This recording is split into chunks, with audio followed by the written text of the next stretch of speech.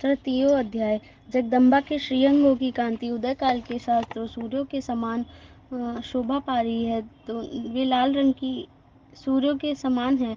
वे लाल रंग की साड़ी पहने हुए हैं, गले में मुंडमाला है और दोनों स्तनों पर रक्त चंदन का लेप लगा है। वे अपने कर कमलों में जपमालिका, विद्या और अभय तथा वर्म नामक मुद्राएं धारण किए हुए हैं। 3 नेत्रों से सुशोभित मुखारविंद की बड़ी शोभा हो रही है। उनके मस्तक पर चंद्रमा के साथ रत्न में मुकुट बंधा है तथा वे कमल के आसन पर विराजमान है। ऐसी देवी को मैं भक्ति पूर्वक प्रणाम करता हूँ। ऋषि कहते हैं, दैत्यों की सेना को इस प्रकार तहस नहस होते देख महादैत्य सेनापति चक्षुर क्रोध में भरकर अंबिका देवी से युद्ध करने के लिए आगे बढ़े। वह असुर रणभूमि में देवी के ऊपर इस प्रकार बाणों की वर्षा करने लगा जैसे बादल मेरुगिरी के शिखर पर पानी की धार बरसा रहा हो। तब देवी ने अपने बाणों से उसके बाण समूहों को अनायास ही काटकर उसे, उसके घोड़ों और सारथी को भी मार डाला। साथ ही उसके धनुष तथा अत्यंत ऊंची ध्वजा को भी तत्काल मार गिराया। धनुष कट जाने पर उसके अंगों को अपने बाणों से बींध डाला। धनुष, रथ, घोड़े और सारथी के नष्ट हो जाने पर वह असुर ढाल और तलवार लेकर देवी की ओर दौड़ा। उसने तीखी धार वाली तलवार से सिंह के मस्तक पर चोट करके देवी की भी बाईं भुजा में बड़े वेग से प्रहार किया। राजन, देवी की बाह पर पहुंचते ही वह तलवार टूट गई। फिर तो क्रोध से लाल आंखें करके उस राक्षस ने शूल हाथ में लिया और उस महादैत्य भगवती भद्रकाली के ऊपर चलाया। वह शूल आकाश से गिरते हुए सूर्यमंडल की भांति अपने तेज से प्रज्वलित हो उठा। उस शूल को अपनी ओर आते देख देवी ने भी शूल का प्रहार किया। उससे राक्षस के शूल के सैकड़ों टुकड़े हो गए। साथ ही महादैत्य चक्षुर की भी धज्जियां उड़ गईं। वह प्राणों से हाथ धो बैठा। महिषासुर के सेनापति उस महापराक्रमी चक्षुर के मारे जाने पर देवताओं को पीड़ा देने वाला चामर हाथी पर चढ़कर आया। उसने भी देवी के ऊपर शक्ति का प्रहार किया, किंतु जगदम्बा ने उसे अपने हुंकार की आहत एवं निष्प्रभ करके तत्काल पृथ्वी पर गिरा दिया।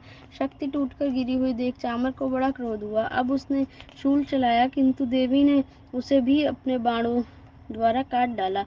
इतने में ही देवी का सिंह उछलकर हाथी के मस्तक पर चढ़ बैठा और उस दैत्य के साथ खूब जोर लगाकर बाही युद्ध करने लगा। वे दोनों लड़ते लड़ते हाथी से पृथ्वी पर आ गए और अत्यंत क्रोध में भरकर एक दूसरे पर बड़े भयंकर प्रहार करते हुए लड़ने लगे। तदंतर सिंह बड़े वेग से आकाश की ओर उछला और उधर से गिरते समय उसने पंजों की मार से चामर का सिर धड़ से अलग कर दिया। इसी प्रकार उदग्र भी शिला और वृक्ष आदि की मार खाकर रणभूमि में देवी के हाथ से मारा गया तथा कराल भी दांतों, मुक्कों और थप्पड़ों की चोट से धराशायी हो गया।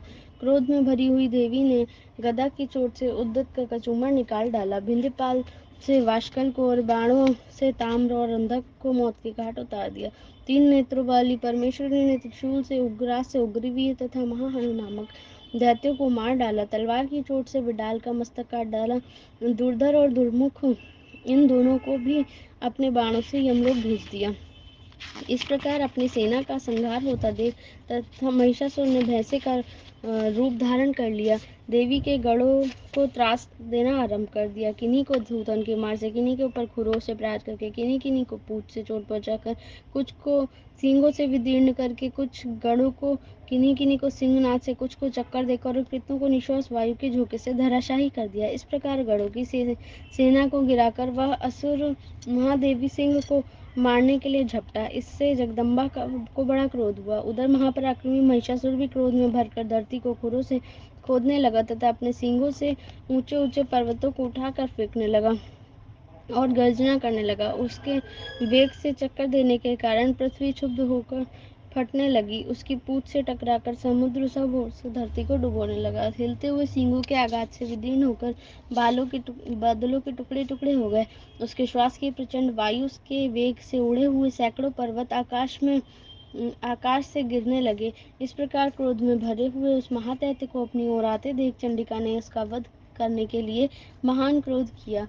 उन्होंने पाश फेंककर उस महान असुर को बांध डाला। फिर उस महासंग्राम में बंध जाने पर उसने भैंसे का रूप त्याग दिया और तत्काल सिंह के रूप में प्रकट हो गया। उस अवस्था में जगदम्बा ने ज्यों ही मस्तक काटने के लिए उद्यत हुई, त्यों ही वह खड्गधारी पुरुष के रूप में दिखाई देने लगा। तब देवी ने तुरंत बाणों की वर्षा करके ढाल और तलवार के साथ उस पुरुष को बीन डाला। इतने में ही वह महान गजराज के रूप में परिणत हो गया तथा अपनी सूंड से देवी के विशाल सिंह को खींचने और गर्जना करने लगा। खींचते समय देवी ने तलवार से उसकी सूंड काट दी।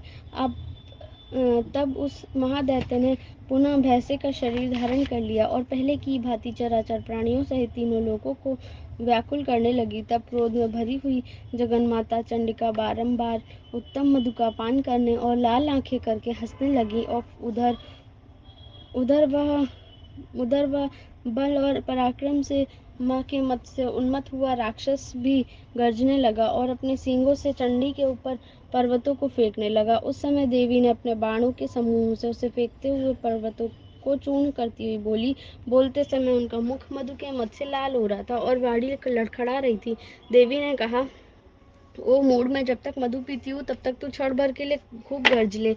मेरे हाथ से यही तेरी मृत्यु हो जाने पर शीघ्र ही देवता भी गर्जना करेंगे। ऋषि कहते हैं, यूं कहकर देवी उछली और महादैत्य के ऊपर चढ़ गई।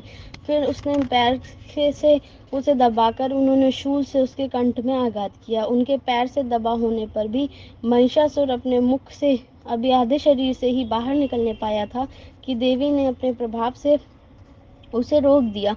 आधा निकला होने पर वह महादैत्य देवी से युद्ध करने लगा। तब देवी ने बहुत बड़ी तलवार से उसका मस्तक काट गिराया। फिर तो हाहाकार करती हुई दैत्यों की सारी सेना भाग गई और संपूर्ण देवता प्रसन्न हो गए। देवताओं ने दिव्य